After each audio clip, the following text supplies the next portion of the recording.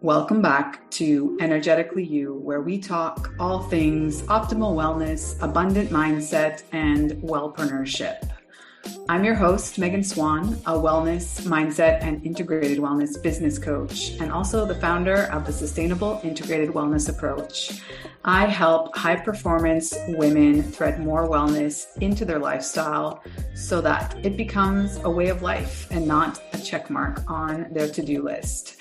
My approach is custom and approachable because there is no one-size-fits-all wellness. Today, I am so excited to interview Fish James Gill. He is a transformational facilitator, heart coach, and yoga teacher. He creates transformative social and emotional learning experiences that grow empathy, connection, and understanding in the face of conflict, complexity, and difficulty. Fish's programs have grown connection and transformed complex interpersonal challenges in multinational organizations, businesses, non-for-profits, and schools throughout Australia since 2008. You can find him on Instagram, which is where I follow him. His reels are always just a little dose of conscious relationship wisdom, and you can find him in his website, leadbyheart.com. So let's dive in. Welcome, James Gill.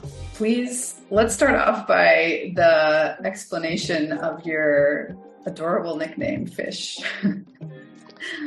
So goes all the way back to being in year one in primary school.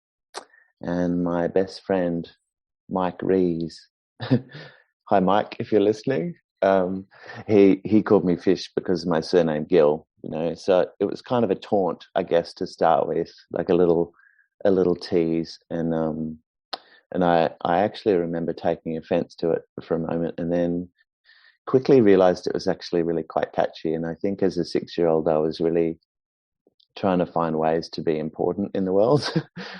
And having the nickname Fish actually for most of my life has kind of had me stand out. So in terms of like the egos wanting us to survive and matter and be important, I became quite attached to it. And now I can't relinquish it because most people don't know me as James.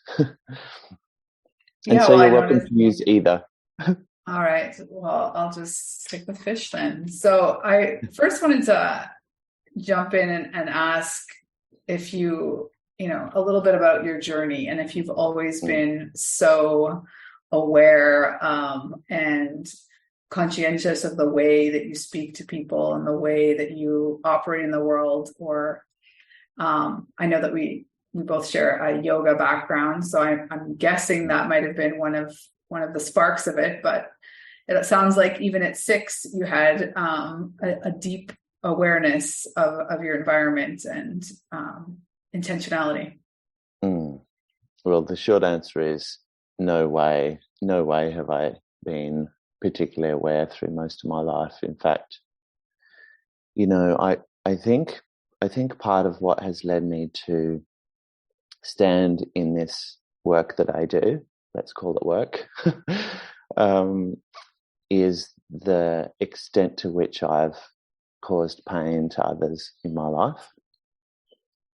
Pain that I would have never wanted for them, but definitely pain that, and some of that pain still resonates out there in my community. Mistakes I've made, things I've hidden from people, things I've hidden from myself.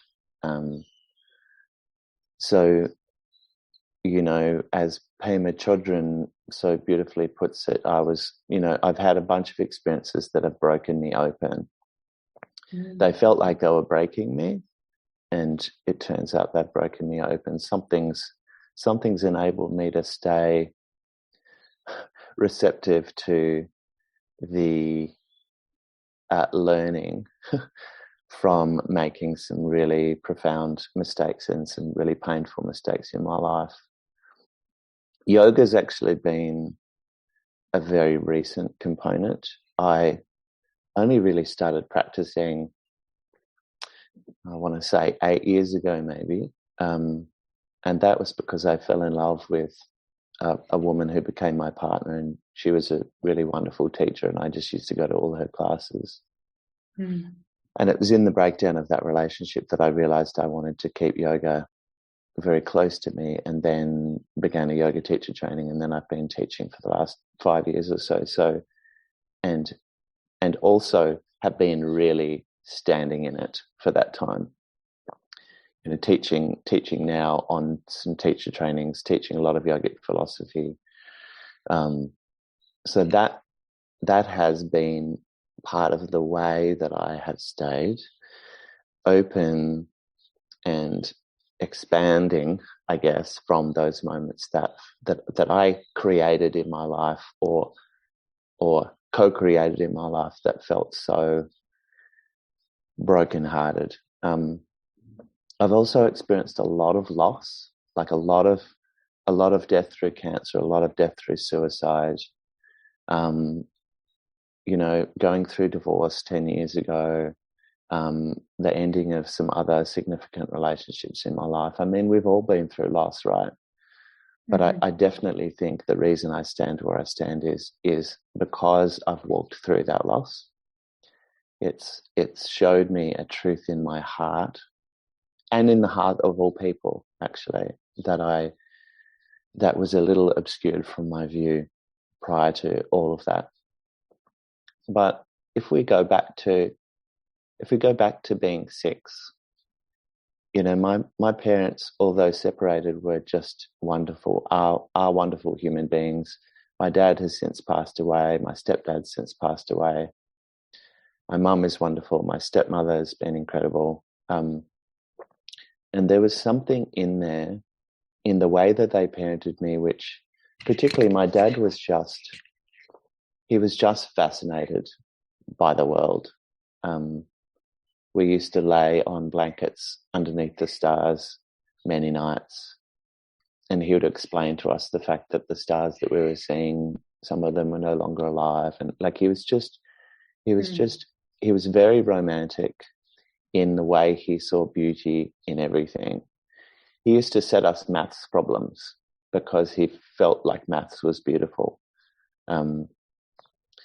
So I guess it's just been a culmination, a drawing together of all those threads in my life,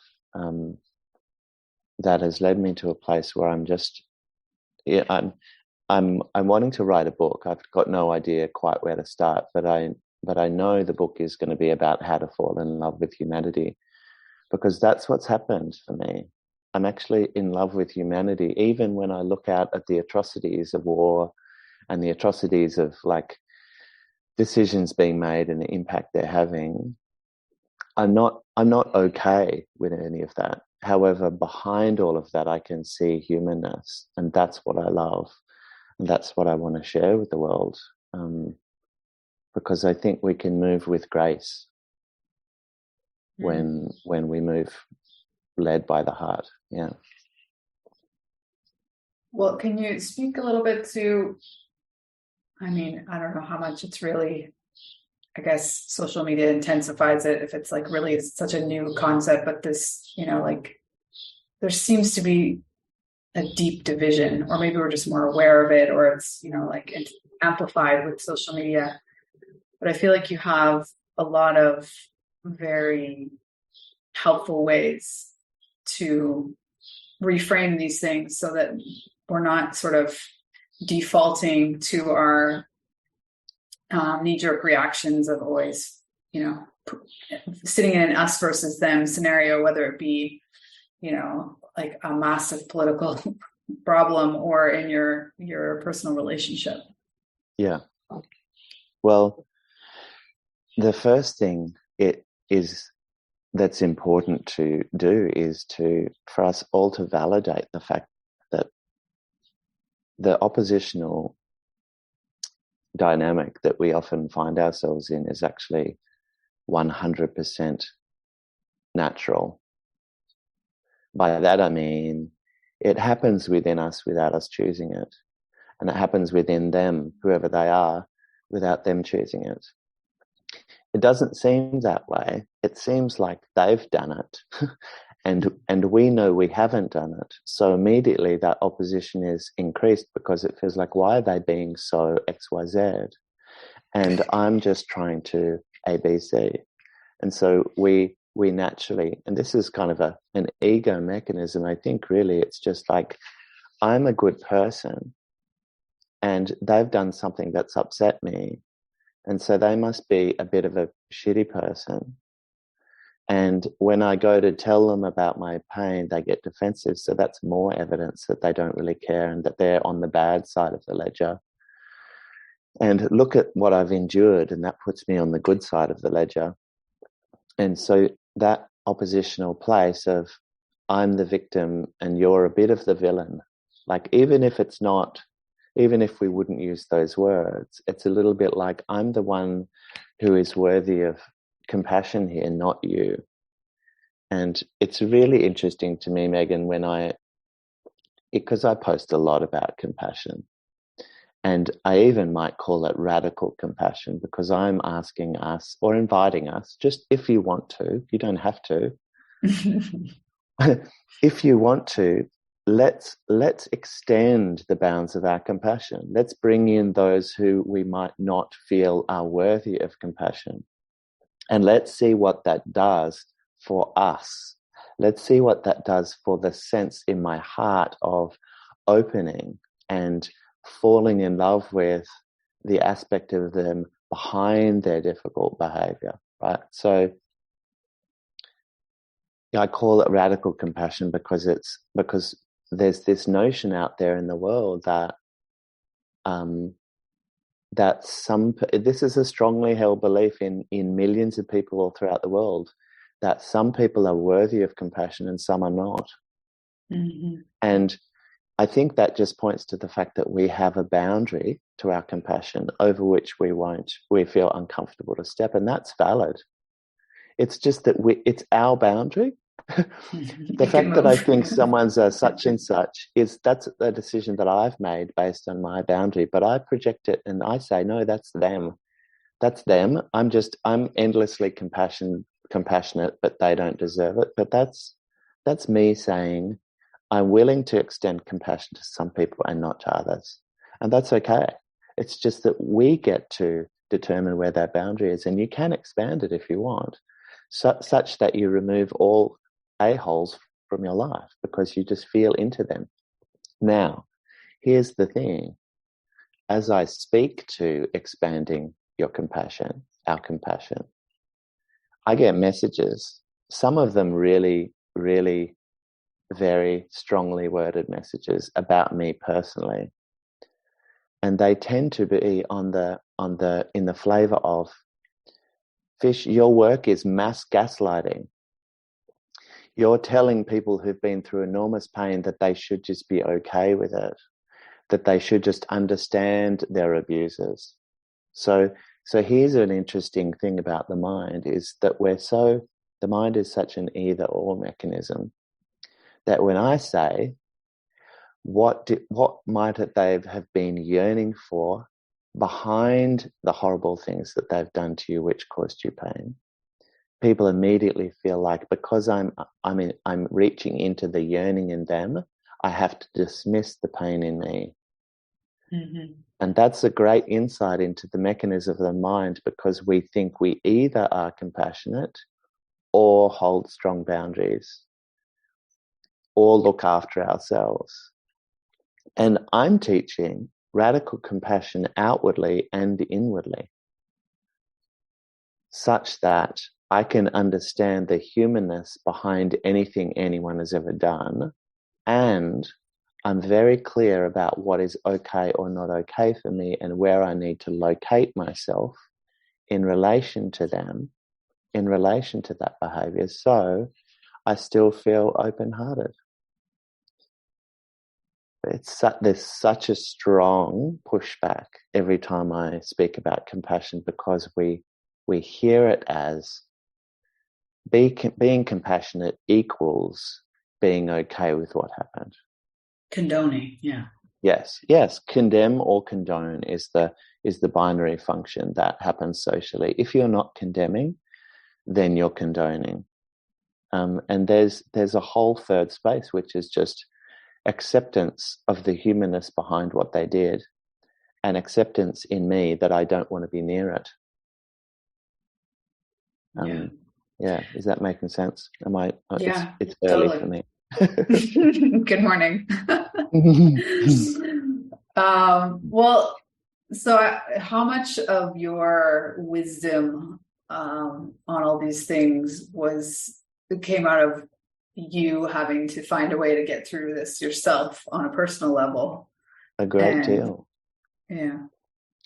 A great deal. I mean, I've had the experience of bringing a lot of pain. Like, for example, deception. I've been the person who's deceived in a relationship and left my partner absolutely feeling betrayed and heartbroken and upset. And then the community around us has naturally kind of become polarized. And then I can still walk on the beach today and see someone in that community, anyone in that community, and they leave the beach. So they're still, that's just an indication of the resonance of pain that still exists through what I did. For me, the learning in that is, can I reach into what's in their heart such that they might need to leave? Which is a whole lot of pain that's in them, that's alive in them. Yes, I didn't ever want that for them, and it's alive in them. And if I was them, I may well do a similar action. So walking through shame has made it critical for me to get that how people respond to that situation makes complete sense. The pain is valid. What they were yearning for that was different to the situation that unfolded is beautiful. They wanted the best. They still want the best. They also probably want me to see that they're still in pain, and that's very natural, and it's so valid. Who of us in pain has never taken some action towards another to show the pain that we're in, so that they really now get it finally? Mm-hmm. And we might call those actions vindictive or nasty or even maybe abusive. Underneath that, there's a yearning for their pain to be seen. So that kind of situation, also like being turned away from. I was in a beautiful partnership, and without going into great detail, a very tragic event happened in her life, and it happened while she was on the phone. She heard about this situation, and she quite literally broke as a human being. I never got to see the woman who I was in love with past that. And then she just kind of, it's like she became a ghost, and she just sort of walked out of the relationship, but over like 6 months. And that was one of the greatest heartbreaks for me. And so I had to use this approach to reach into her, to understand her pain and to understand what she was yearning for in turning away. And once I could do that, I actually had so much love for her. And then I really had to turn to myself and say, look at the pain I'm in. And all my work then became focused on, how do I tend to my pain? And so I made a video recently that kind of tried to, it was like a junk food nugget of this concept of like, we can... Are there junk food nuggets of wisdom? I don't know, but okay. Well, I mean, Instagram tries to make like you have to make it into junk food, right? And then, so just to try and give a taste. So the point of the post was saying that, in any situation of pain in the past, where we're stuck in the pain of the past. And I was stuck in that pain for quite the time. When we're stuck in the pain of the past, the mind tends to deal with that by naming them as a pain causer. And we can keep telling that story for months or years. You're this, you're that, you were like, poor me, I was in a situation with a such and such, right? And that's very understandable because we're actually trying to have our pain validated by labeling them as a pain causer. But there's two reasons that doesn't work. The first is labeling someone as a pain causer does not open our hearts. It's not the truth of any human heart that we hate someone else. The truth of the human heart is that we love, or that we're not quite open to love. But hate is actually it's a mistaken yearning for our pain to be seen. So if I label someone, if I keep labeling them as the pain causer, I kind of stay bound to them in that pain relationship. I say, I'm not happy because of you. And if you could go back and undo what you did, then I'd be happy. So I kind of stay locked in the pain with them and to the moment in the past. The second reason why saying someone's a pain causer doesn't actually heal me is because what really needs tending to is the pain in here. So while I'm looking outwardly and labeling someone as a pain causer, I'm not looking inwardly, noticing the depth of my pain and validating my pain as deeply as only I know it needs validation. And so for me, 15 months of journaling about the pain I was in and how I was validating, I would write to myself, Fishy, like, it makes so much sense that this long down the track, you're still heartbroken. It still moves me thinking about it, It makes sense to me that you're deeply angry. It made sense to me that you feel like crying all day, every day. And I would just write it on the page, and I would bring me that kind of loving presence that a father or a mother might bring their child when the parent is in the mode of validating the pain of the child. That for me became profound. So I got to see, for me at least, and I can only ever teach what vibrates well in my heart. That's why I say take it or leave it. Like, I'm not speaking the truth. I'm just speaking what I live as the truth.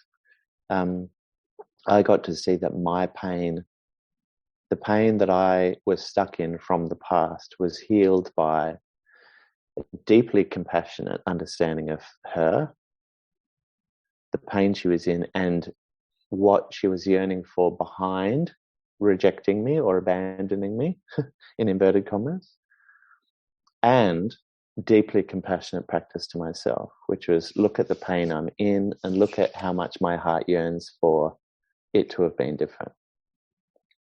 And those four aspects are kind of the key foundations of the work that I do. And it's so, I wish I could let you in on some of the sessions I have, because, for example, I had a session last night with a woman in the US, and what she got to see when she reached deeply into someone in her life's yearning, the deepest yearning in their heart behind what they did that was so hurtful to her, it was like this revelation. Now, in that process, we didn't say your pain's not real. We said your pain's deeply real and needs a lot of love poured in there. And that person was not intending the pain for me.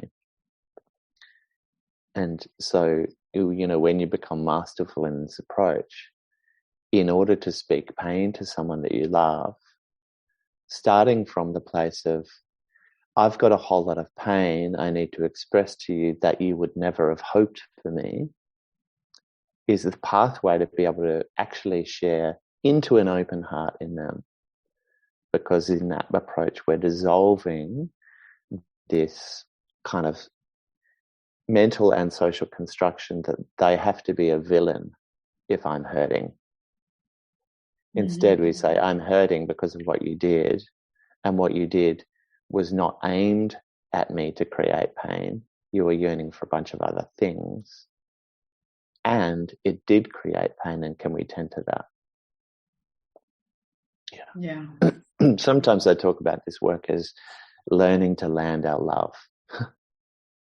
Because there's a whole lot of ways in which I love you that don't land as love to you. And then I get upset with you that they don't. And you get upset with me that I can't understand that they don't. So it's a conscious assumption that some of the ways I love you don't feel like love to you. And so this work is, how do I land my love 80% of the time now instead of 40, or 90 instead of 80, or 97 instead of 90? And every time I don't land my love, I'm right here with you to clean it up. Can you speak, this is a kind of common theme or a theme I like to talk about, because for me, I struggled with it for decades.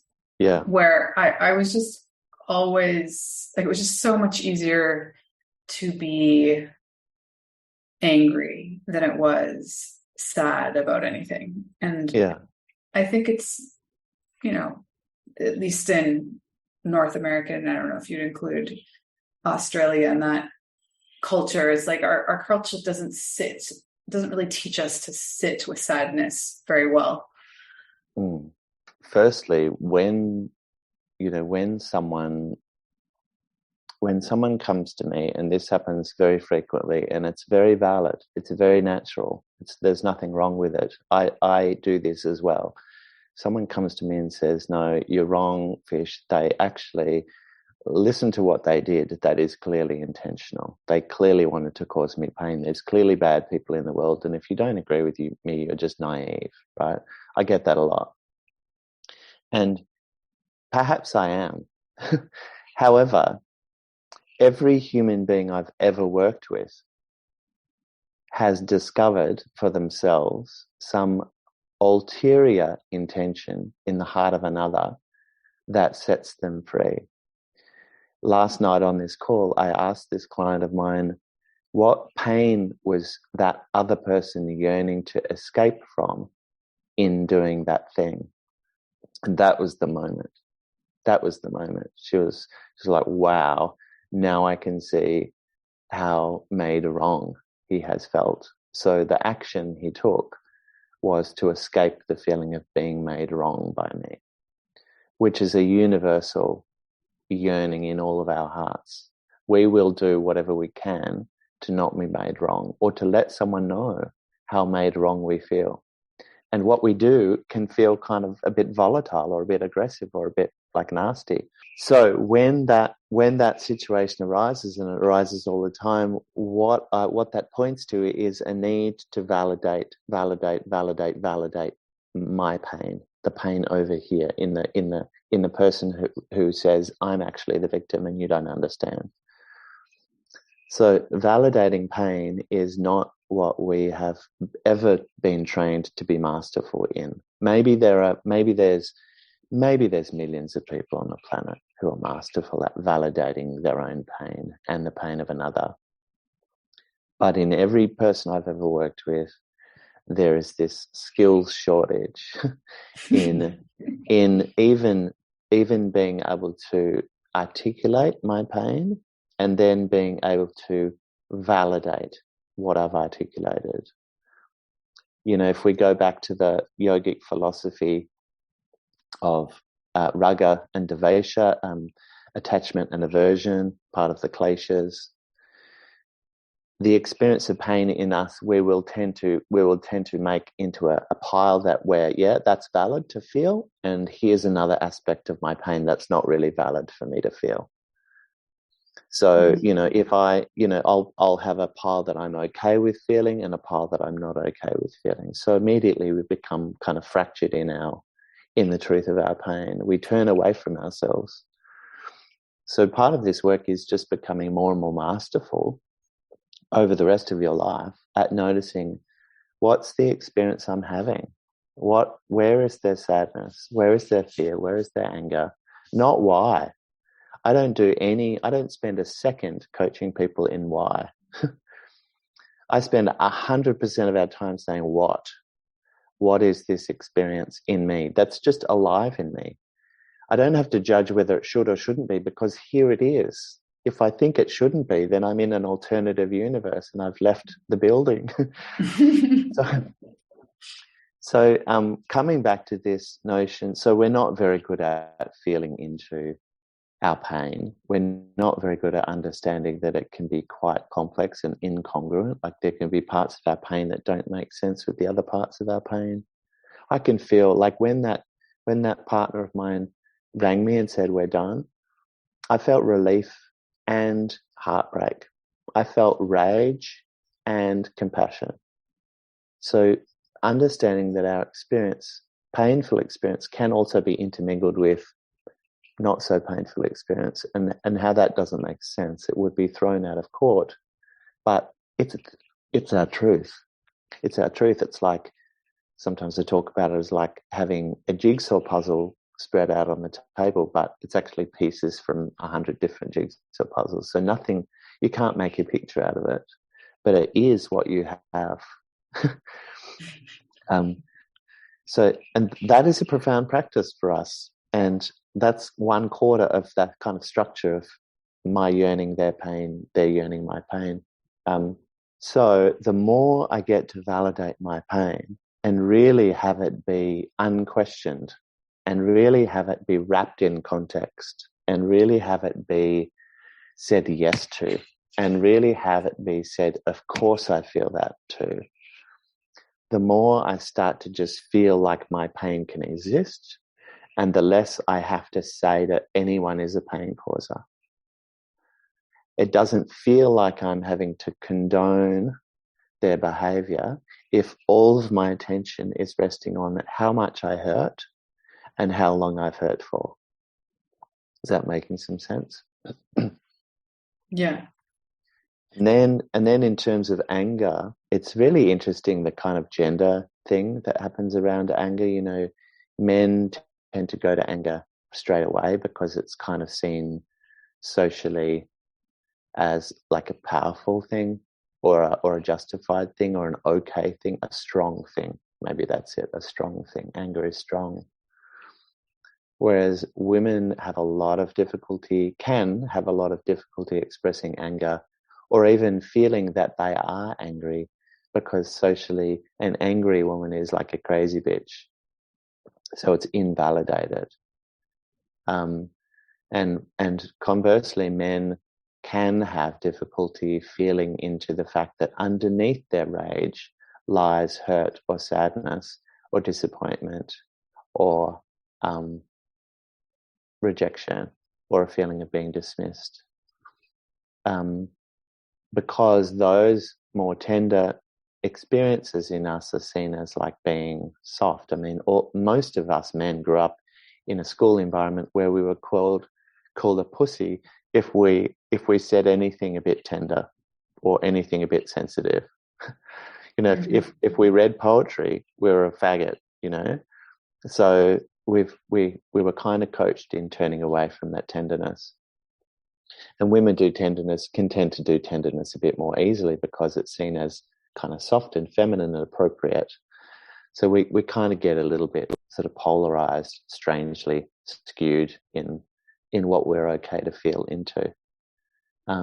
Is that what you're asking about, or were you asking about how to deal with the anger from another that feels so intentional in its directive force? No, that was what I was asking about. And I'm curious, with your coaching, was it organic that you worked with couples, or did you work with women first or men first, or just kind of all happened at the same time? Actually, I've worked for most of those years in teams, like corporate teams. And that was wonderful training, because I got to practice creating validity for sometimes up to 25 people with completely different experiences, all at war with each other. So I had to expand my capacity to make everyone valid, even if they were counter Even if they were analysing someone else's not valid, I had to find the validity behind that analysis. So that was really wonderful. I got to deal with some really interesting personality types. It was a wonderful training. What I got to, though, was the more I became deeply committed to giving people the experience of love in any moment, in any relationship, the more I thought, what the hell am I doing in the corporate market? Because even though the conflicts we would transform would be significant, ultimately, who really gives a toss about work when you can come home to your real life? So it's very easy to kind of lose a little bit of motivation to really deeply transform anything because, oh God, I'll knock off at 5 anyway.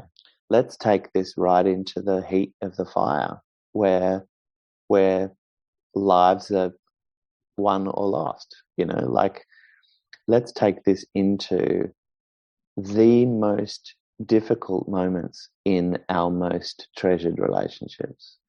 Because in the relationships that we don't really care about, we don't really have motivation. And in the relationships that we are where love, that are going swimmingly, no need for tools. What about we could try to experience love where it had absolutely gone missing in situations where it should never have gone missing, according to us? And that just lights me up. And over and over and over and over and over again, day in, day out, I get to witness that love is underneath the things that we did that land so poorly on them. And that love is underneath the things that they did that landed so poorly on us. And once we can start to see, namaste, palms together, namaste, the goodness in me sees the goodness in you.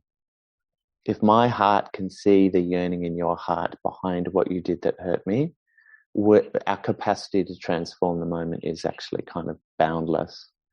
It's just the mind gives us this skewed story that because I'm hurting, you're a bad person, and I'm a good person because what I wanted was valid. So the fact that you're expressing your pain to me means that's your shit. And then it just escalates from there. Yeah. And by the way, it's not just, I don't just work with couples. I work with maybe half and half, maybe individuals and couples. Some of the individuals I work with are in relationship and very hungry to be the one who leads the relationship deeper into intimacy and safety and understanding. And some of the other individuals I work with are not in relationship, and they're hungry to show up to their next relationship with a power in their communication where they know that they can always leave themselves and the other deeply understood no matter what happens.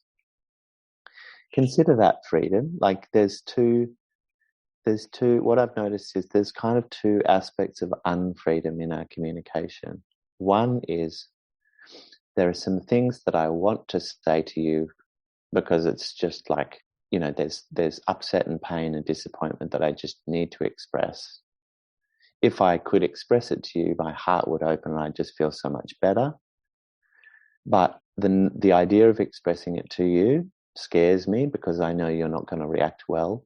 Or I've tried expressing it to you a bunch of ways, really kindly, really aware, like I'm really aware, I'm not being vindictive. I've just expressed to you my upset, and you still shut off or turn away or fight back or dismiss me or argue with me or tell me I'm being ridiculous. So in those ways, I can't express what I need to express. I never get to express my unmet needs, which is the absence of intimacy. Mm. And the second unfreedom is that imagine how it would be if anything anyone ever said to me or did to me could still leave me steady and open-hearted, sthira and sukha in the yogic tradition, resolute and sweet, like a sweet, steady position. Imagine if I could be with anything anyone ever expressed to me and it didn't knock me off center.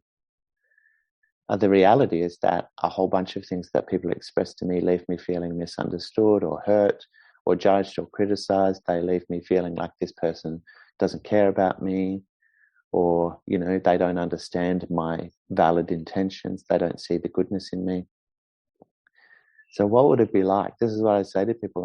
Can you imagine the freedom in your life in any relationship where you get to express anything and be with anything that they express? For me, that's like, that just gives me goosebumps. And in any moment that I'm actually able to fulfill on that, which still takes me a lot of practice. I still practice. I still have to practice because I've got this mind that just goes into, you're a bit of a dick.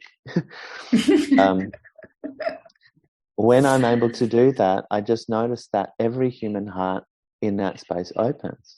And I think that's all we're chasing, actually. I think we're just chasing the feeling of being bathed in loving awareness. I think that's it. I think if we could be bathed in loving awareness, we wouldn't need shopping centers or alcohol.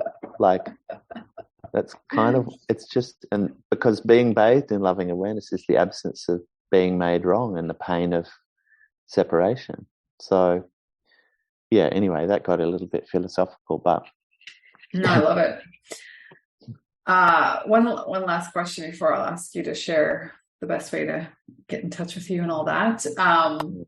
So the first category that you referred to of people that you work with, when they're in a point of frustration where they're feeling like they're the leader of, you know, having a more conscious communication or relationship, and, you know, maybe they feel like they're planting seeds and they're not being germinated as such.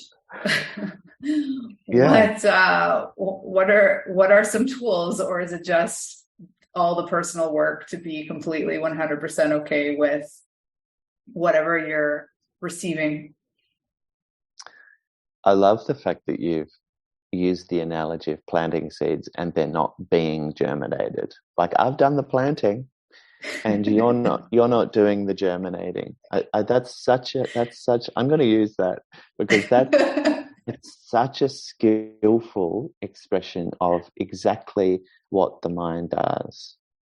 I have, when I've worked with couples before, I've had one couple message me saying someone's not using the tools, and the other person chimes in on a group chat saying, yeah, someone's not, you know, which really is an indication that I'm trying here, why are you not meeting me? So it's very common and also very valid to think that relationship is 50-50, right? That wouldn't be widely disputed, right? My approach in terms of the environment that we can create through our conscious communication is throw that out. What about 100% over here? What about if I am 100% responsible for the environment I create for me and them in my communication? Now, let me distinguish responsibility from blame. I'm not saying it's your fault that things are how they are. Clearly, that's a contribution from both of you.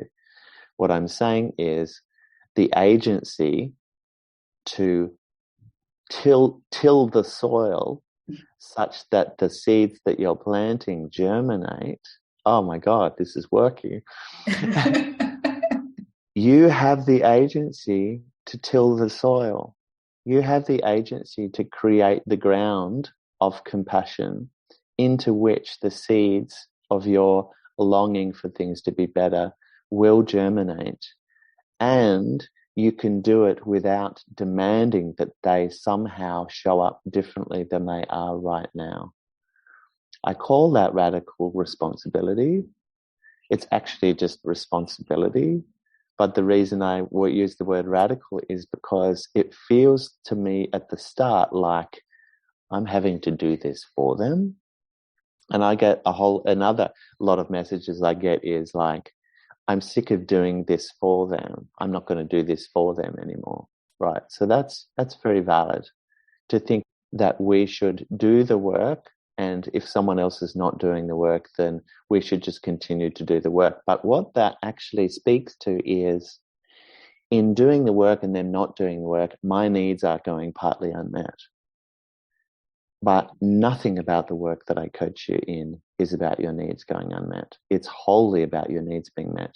But I want your needs being met, aka the seeds you're planting, to land in fertile ground. And just quickly, why are the reasons the ground are not fertile? Because this person has a human mind which goes into yes or no, me versus you, right and wrong, as soon as a moment of uncertainty arises. So count on the ground not being fertile in them. Because guess what? The ground is also not fertile in us when they plant seeds. How many times have they tried to express their pain to us and we've gone, no, I think you've got it all wrong?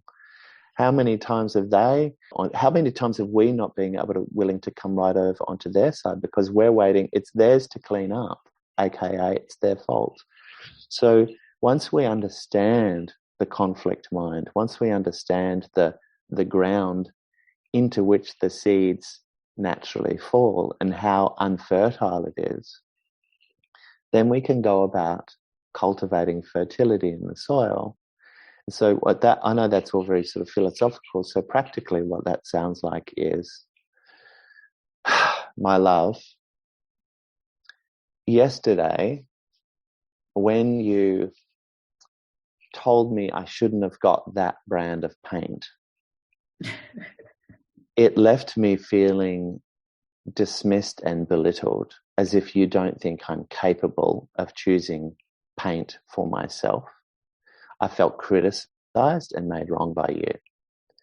And I understand that that's never what you would hope me to feel in that moment. I imagine that what you might have been yearning for is that I get the right brand of paint so we don't have to go and spend twice as much.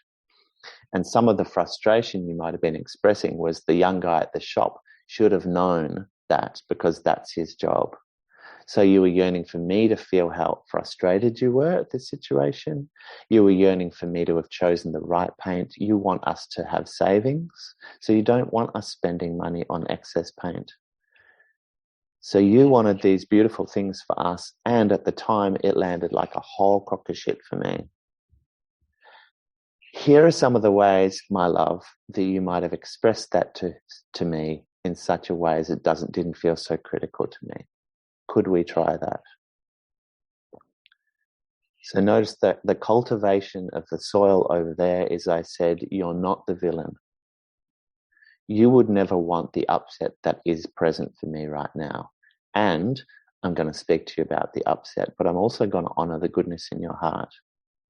And then we're going to find a way together how you get to land the goodness in your heart in such a way as it doesn't feel like ungoodness for me. That analogy of the seeds landing and not germinating, you not germinating them, is so wonderful, Megan. Such a deep insight into this work, because we go, I've done the seed planting, you're meant to do the germination. If I don't, this maybe is not going to work, and you don't care. But the soil is barren. We can guarantee it. The soil is barren because we have the mind that says right, wrong, right, wrong, right, wrong, right, wrong, should, shouldn't, like in every moment. So we have to lead them into a place where their mind starts to follow a different path, which is the compassionate path. Love that. So you're starting a course, I seem to remember reading, or you told me, soon-ish. So there's, if anyone has tried to put together an online course, there can be a whole lot of things that kind of are barriers. I'm the barrier, by the way. I've been so busy that my content creation hasn't happened as fast as I want. I'm wanting the online course to be out I'm thinking maybe September. So that will be, I think that will be a 6-week self-paced, well, you get weekly admission to to the next week of the course, and that's going to step you through. You're going to do your own learning in terms of the progression of the tools without coaching support from me. But there is like a little community forum where you get to post your questions and your struggles and your wins. So on top of that, there's the opportunity to work with me in a small group online coaching program with just 8 people in it, people from all over the world in all kinds of different relationships. That's got the added benefit of the fact that, where the wisdom that we can glean from others using the tools in their lives is like, oh my God, now I get it. Like I can have a participant not really quite get what I'm saying, and then they listen to someone else and how they've used it with their daughter, relationship with their 16-year-old daughter, and then they're like, oh, now I get it. and at the moment they're booked up until November, but stay tuned because I might be releasing more. And then 1-to-1, I'm also booked up until November, but there's a wait list. There's a wait list for the online group as well.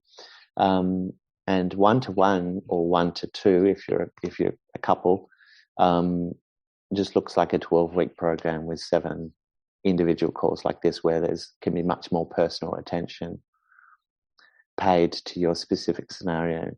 But interestingly, that comes without the benefit of hearing how a community goes through this work together. So, and then on top of that, there are retreats. So I've got retreats happening on the east coast of Australia in July and November, and I'm actually really wanting to go to California next year, and also I really want to come to Canada. I really want to go to BC. There's something calling me there.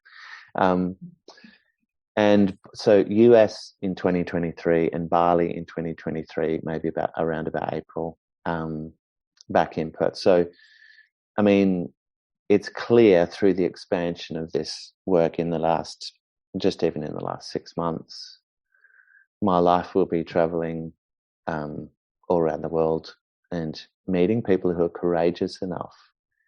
This is the key, to be courageous enough to let go of your story. Do you know Michael Stone? Do you know Michael Stone, the yogic teacher and Zen teacher? He's no longer with us, but he's Canadian.